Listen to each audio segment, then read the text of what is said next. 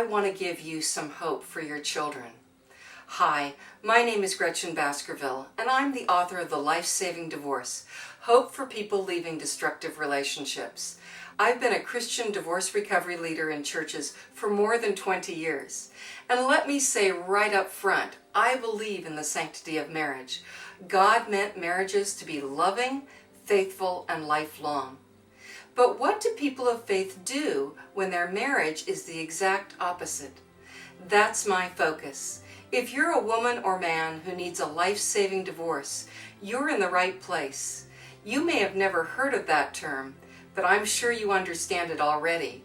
We're not talking about an I'm bored divorce, or I miss the single life divorce, or I feel unfulfilled divorce, or I just found someone cuter divorce. We're talking about the 40% of divorces in the United States for very serious reasons. Divorces to find relief from a marriage with a pattern of adultery, sexual immorality, physical or emotional abuse, severe addictions, neglect or abandonment. Today I'm going to give you some hope.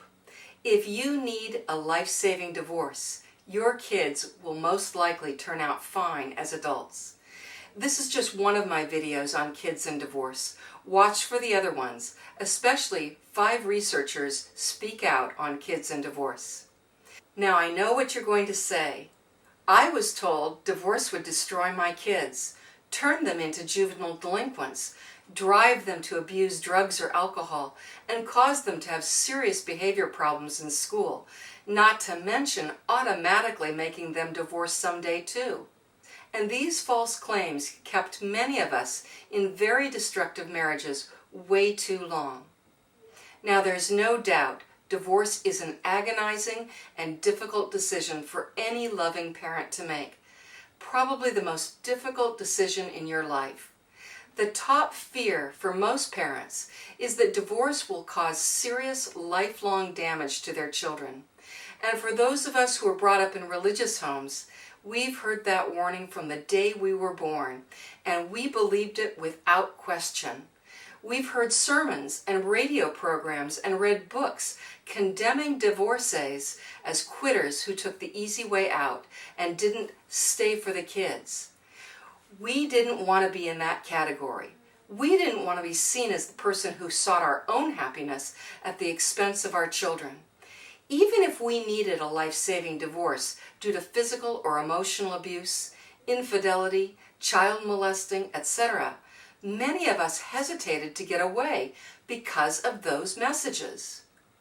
Now, I'm not a licensed counselor, a psychologist, or a sociologist. I'm a lay divorce recovery leader. But I've learned a lot from reading real academic studies about kids and divorce. Major studies from universities. And here's the good news.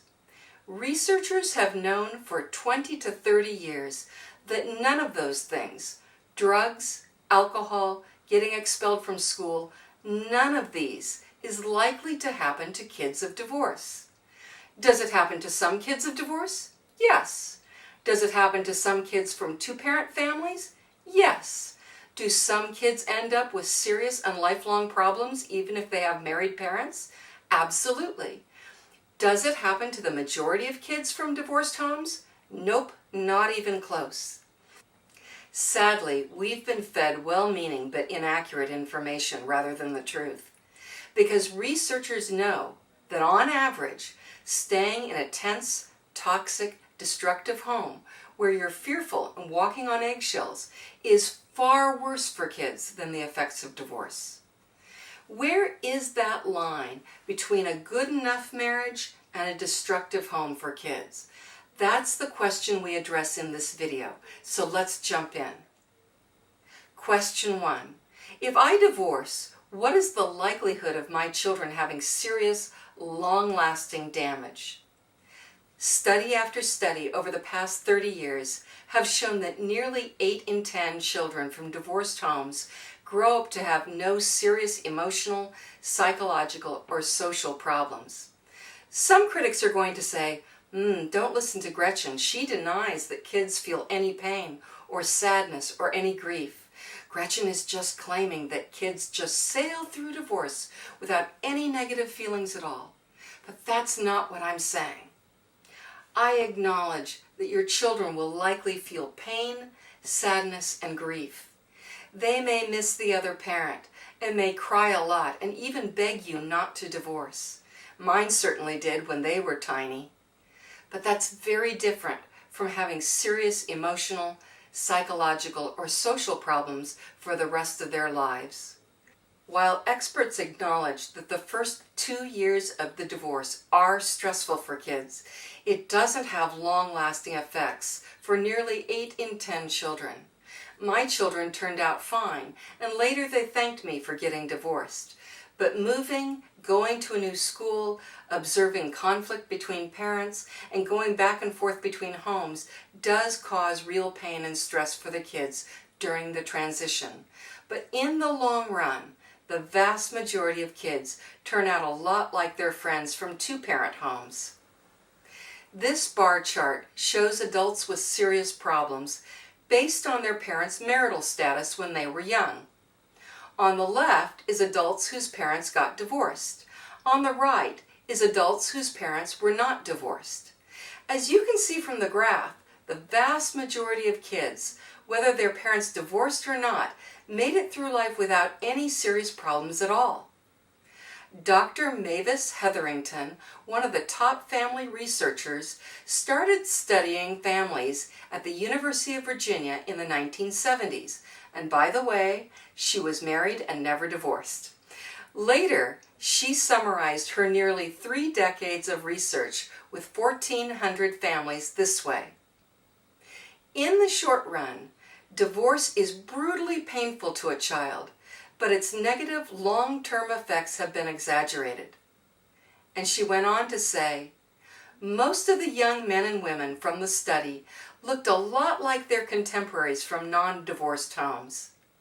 Although they looked back on their parents' breakup as a painful experience, most were successfully going about the chief tasks of young adulthood, establishing careers, creating intimate relationships, and building meaningful lives for themselves. Her findings were replicated in later studies. Sociologist Andrew Cherlin from Johns Hopkins confirmed Hetherington's findings, but added more information. First, kids did better after divorce than even Hetherington had thought. And second, he discovered that a lot of the problems that children of divorce had was not caused by the divorce itself, but likely by marital conflict, substance abuse, or violence already going on in the marriage. He found evidence that many 7-year-olds were already exhibiting problems long before their parents divorced. So the notion that kids are too young to sense the tension and bad behavior in the home may be wishful thinking. By the end of the 1990s, other researchers were also using very large national population studies of more than 10,000 people that followed children and adults over decades and found that only 20% of adults whose parents had divorced exhibited serious problems later. Now look at the right side of the graph, the kids from married homes. Are you surprised? 1 in 10 kids from married two-parent homes also turn out to have serious problems. Marriage doesn't protect children from all serious emotional problems. Now let's talk for a moment about the 20% who did end up with lifelong serious problems in adulthood. I feel really bad for them.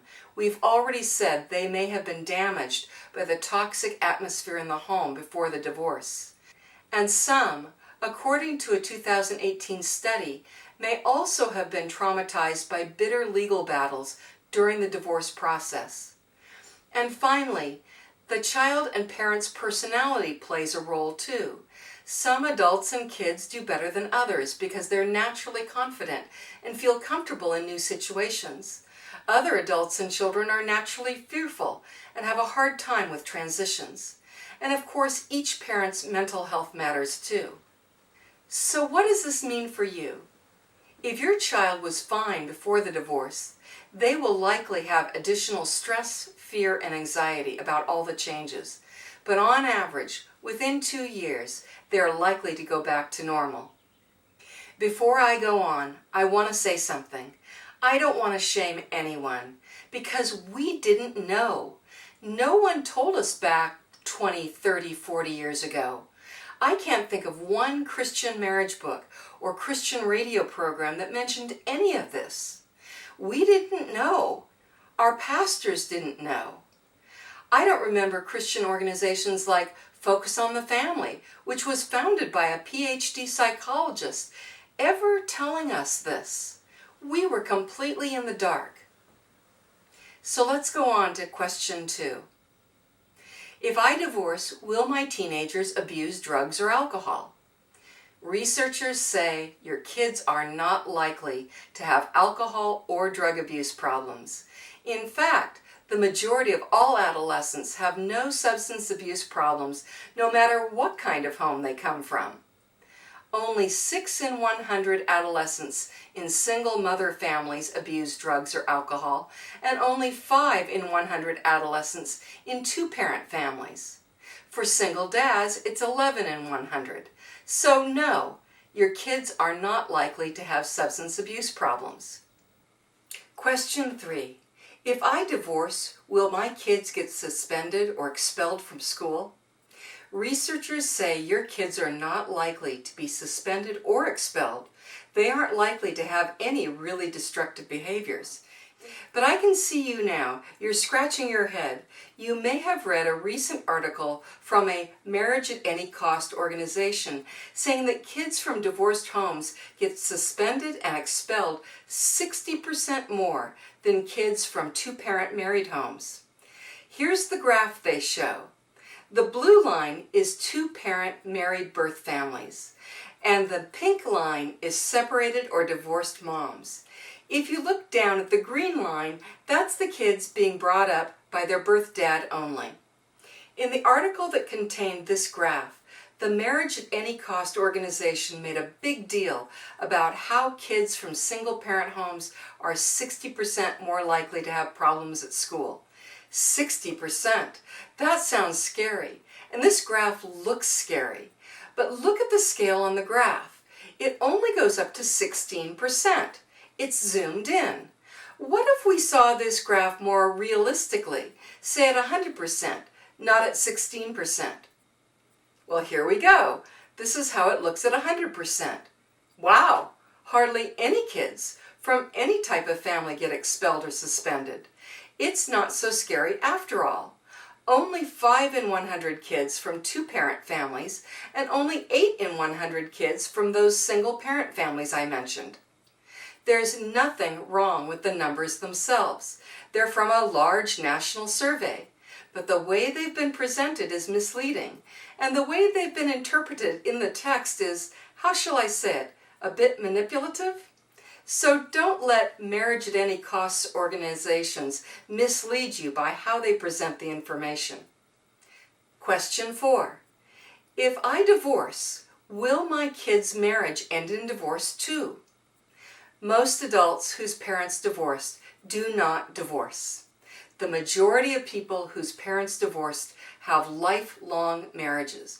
However, they are a bit more likely to get divorced than children of continuously married parents.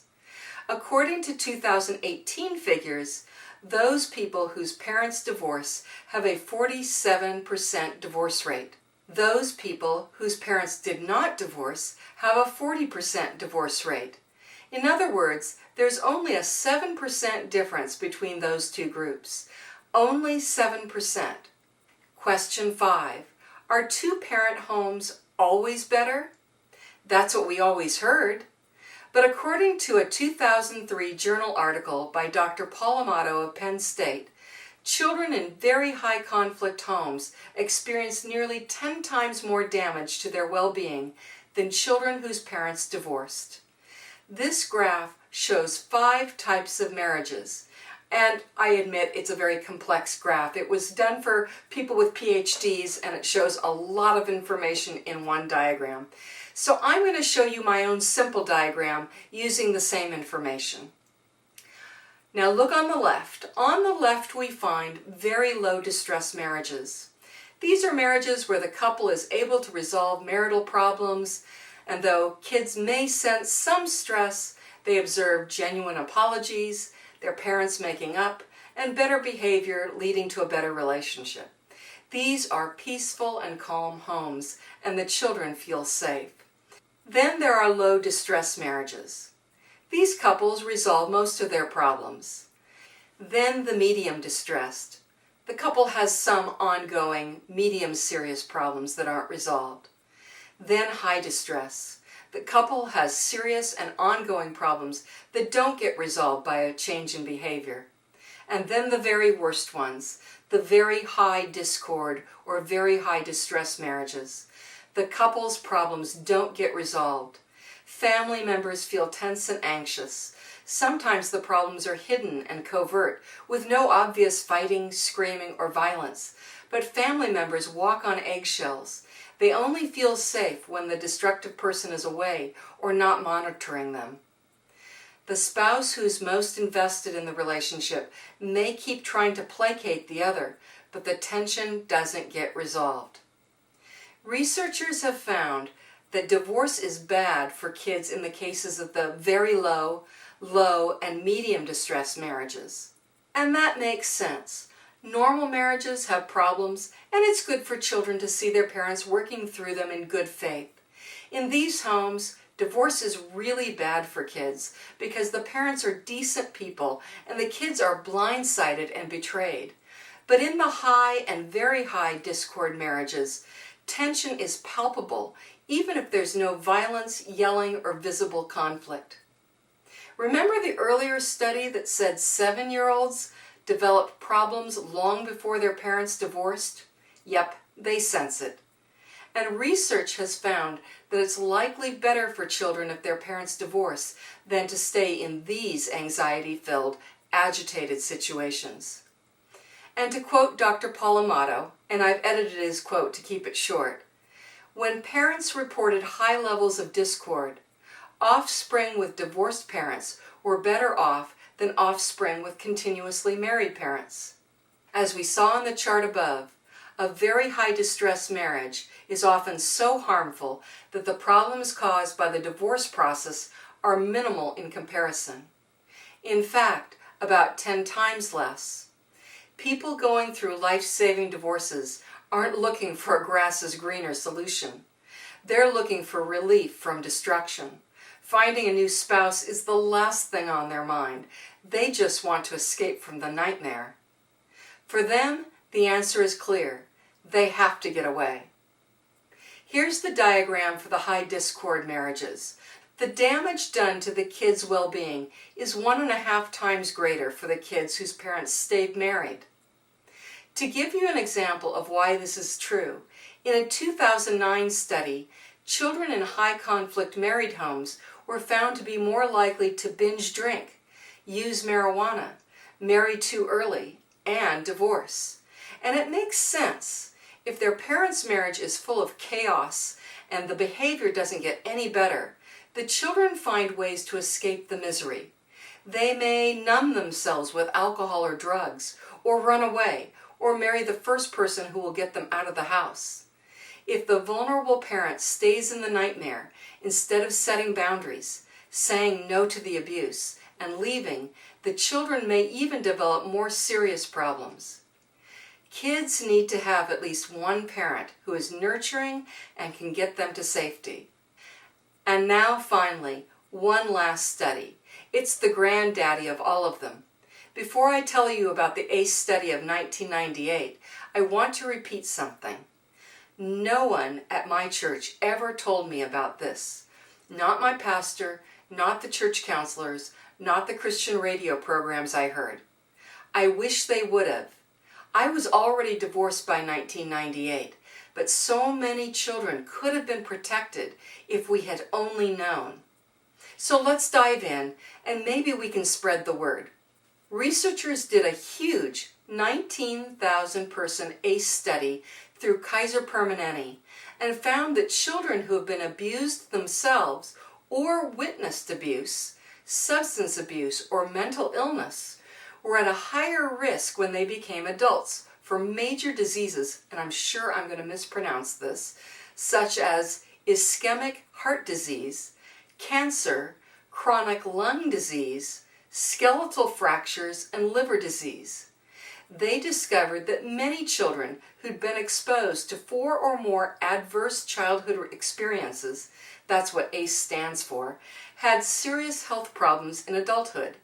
These ACEs in the 1998 report were psychological abuse, physical abuse, or sexual abuse, violence against the mother, or living with household members who are substance abusers, mentally ill or suicidal, or ever imprisoned. The more ACEs the children had been exposed to, the higher the risk, including increased risk for alcoholism, drug abuse, depression, and suicide attempts, plus an increase in smoking, having a high number of sexual intercourse partners, and sexually transmitted diseases. So the rest of the world has known for more than 20 years that it's best to intervene as soon as possible. Why didn't anyone tell us? We need to be ambassadors for the truth and tell others. They may not listen, I understand, but at least we've done our job. Now the question is, to stay or to go? Well, that's really your choice. Now that you know the facts, the ball is in your court. Only you know what's going on behind closed doors. Only you know how much you can take. Only you know your kids and your own abilities. Only you know when enough is enough. That's not a decision anyone else, myself included, can make for you. Your pastor, your friends, your parents, and your counselor are not entitled to make this decision for you. It's up to you. But you are not alone. The Lord walks beside you, and you can love God and still get divorced, and God will still love you, really. May the Lord guide you and protect you. If you'd like more information about divorce and children, please read Chapter 7 in my book, The Life-Saving Divorce, and be sure to watch my other Kids of Divorce videos.